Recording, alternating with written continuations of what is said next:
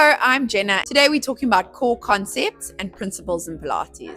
Your neutral pelvis, your stabilizing forces, things that are useful in a class setting to understand and grapple. So when we talk about the pelvis and alignment of the pelvis, you need to think about the pelvis like a bucket. And inside the bucket is water.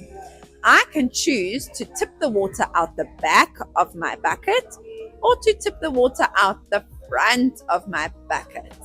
So I might have alignment in my bones, but I also need control over where those bones are in space and be able to move out of alignment on purpose and go the other extreme way as well. And with that comes a control of my body to be able to get it to do a full range of motion.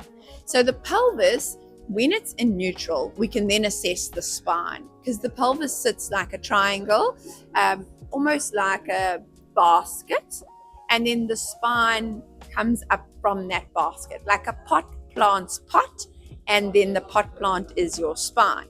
So you can't tell if the spine is going skew if you haven't judged that the pot is on a level surface.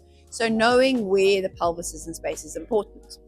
And pelvic alignment can be judged in standing, kneeling, lying on your back, lying on your tummy, lying on your side. And so when you tilt the water out the back of your pelvis, you pull your pubic bone towards your sternum, right? And that is called a posterior pelvic tilt. And when you tilt it forward and thread the pubic bone between your thighs, then the water tips forward onto your toes, and that is called an anterior pelvic tilt. When it's in neutral, that's when we can judge the spine, whether the spine is in flexion or extension, whether it's bent, straight, or hyperextended. And then we come to the concept of control and stability. So we hero being able to hold some segments of your body still while having other segments of your body moving with control. And that's what we refer to when we're saying you need to be stable. It's all about stillness, but still allowing beautiful ranges of movement. But what we care to be still is often your box. So your box is shoulder to shoulder, hip to hip. And if your box is nice and sturdy and in neutral, then that's when we term you stable. So a few examples would include when you're standing on one leg, does your whole spine cave to accommodate that translation of weight? Or are you able to still hold your box standing on one leg?